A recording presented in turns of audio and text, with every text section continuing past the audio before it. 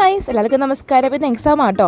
അങ്ങനെ ഫൈനലി കാത്തിരി ഞങ്ങൾക്ക് ഇന്ന് എക്സാം വന്നിരിക്കുവാണ്. ഇത് യൂണിവേഴ്സിറ്റി എക്സാം ആട്ടോ. അപ്പൊ ഞങ്ങൾ നേരെ മെസ്സിൽ പോയിട്ട് ഫുഡ് കഴിക്കുവാണ്. മിക്ക ആൾക്കാരും എക്സാം ടെൻഷൻ കണ്ട് ആരും ഫുഡ് കഴിക്കാണ്ടൊക്കെയാണ് പോകുന്നത്. പക്ഷെ ഞാൻ അങ്ങനെയല്ല, ഞാൻ ഫുഡ് കഴിച്ചിട്ട് ഞാൻ നല്ല ഉറങ്ങിയിട്ടൊക്കെ പോകത്തുള്ളൂ കേട്ടോ.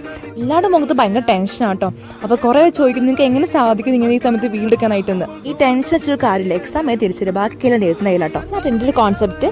എക്സാം ഇനിയിപ്പോൾ ഭയങ്കര വിശപ്പെട്ടു. അപ്പൊ ഞങ്ങൾ ചായ കുടിക്കാൻ പോയി. കുറച്ച് അഡ്വാൻസ് ചെയ്തുകൊണ്ടായിരിക്കും ഭയങ്കര വിശപ്പായിരുന്നു. പക്ഷെ ഞങ്ങൾ 12:45 എത്തിയിട്ടോ.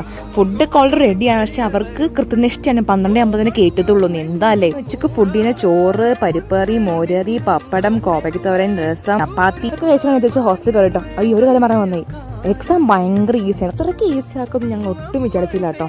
ഞങ്ങളുടെ ഭാവന വെച്ച് വർദ്ധിക്കാൻ പറ്റിയില്ല. പക്ഷെ ഓക്കെ, കുഴപ്പമില്ല. എത്ര കഷ്ടപ്പെട്ട് പഠിച്ചാലും എക്സാം വരുമ്പോൾ നമ്മൾ വിചാരിക്കാത്ത ക്വസ്റ്റ്യൻസ് തന്നെ. ടഫല്ല, പക്ഷെ ഭയങ്കര ഈസിയാണ്. അയ്യോ, ഇതൊക്കെ പഠിച്ച് വെറുതെ എപ്പോഴും നമുക്ക് ആ ഒരു മൈൻഡ് വരും. ഇതെല്ലാം എക്സാം ഇങ്ങനെ തന്നെയാട്ടോ. എന്തെങ്കിലും ആവട്ടെ, വരുന്നിടത്ത് വെച്ച് കാണാം. Okay, bye. ആരും മറക്കാണ്ട് ലൈക്കും ഷെയർ സബ്സ്ക്രൈബും ചെയ്യാം.